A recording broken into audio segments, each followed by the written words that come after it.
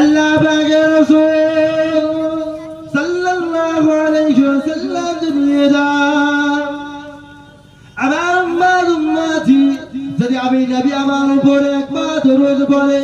আমার আল্লাহ পাক তার উপরে 10 বার রহমত বর্ষিত করে সুবহানাল্লাহ। কবার এই কবার বললাম 10 বার 10 বার রহমত বর্ষিত করে সেই জায়গা আমরা বসেছি তাই না এই জায়গার গুরুত্ব আল্লাহ রাসূল কতটা দিয়েছে আল্লাহ রাসূল বলছে আল্লাহ পাকের রাসূল সাল্লাল্লাহু আলাইহি ওয়াসাল্লাম জানিয়ে দেন এ আমার উম্মতি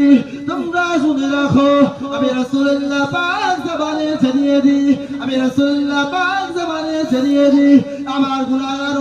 উম্মতিরা তোমরা ভালো করে শুনে রাখো তো যেখানে আল্লাহ রাসূলের কথা হয় যেখানে কোরআন ও হাদিসের কথা হয় আল্লাহ পাকের কথা আমি নবী আমার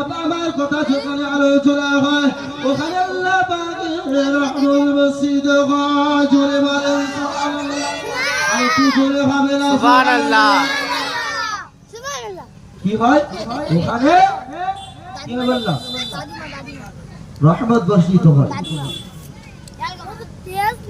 শুধু তাই না আল্লাহ পাকের নবী বিশ্ব নবী হুজুরে পাক সাল্লাল্লাহু আলাইহি ওয়াসাল্লাম জানিয়ে দেন এ আমার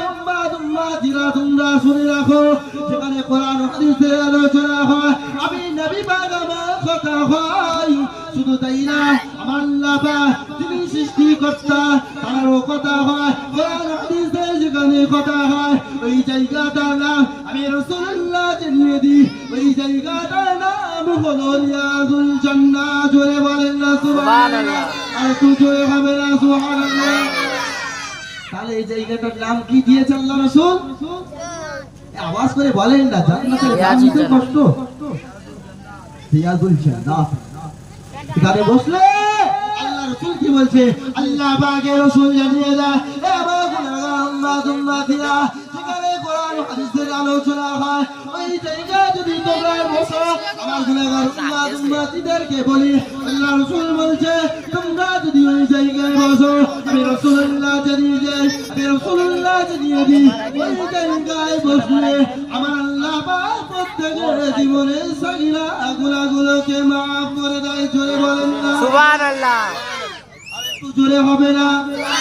একটু আওয়াজ করে হবে না সুবহানাল্লাহ একটু মহব্বতে হবে না সুবহানাল্লাহ। এই জায়গায় বসলে আমাদের গুনাহগুলো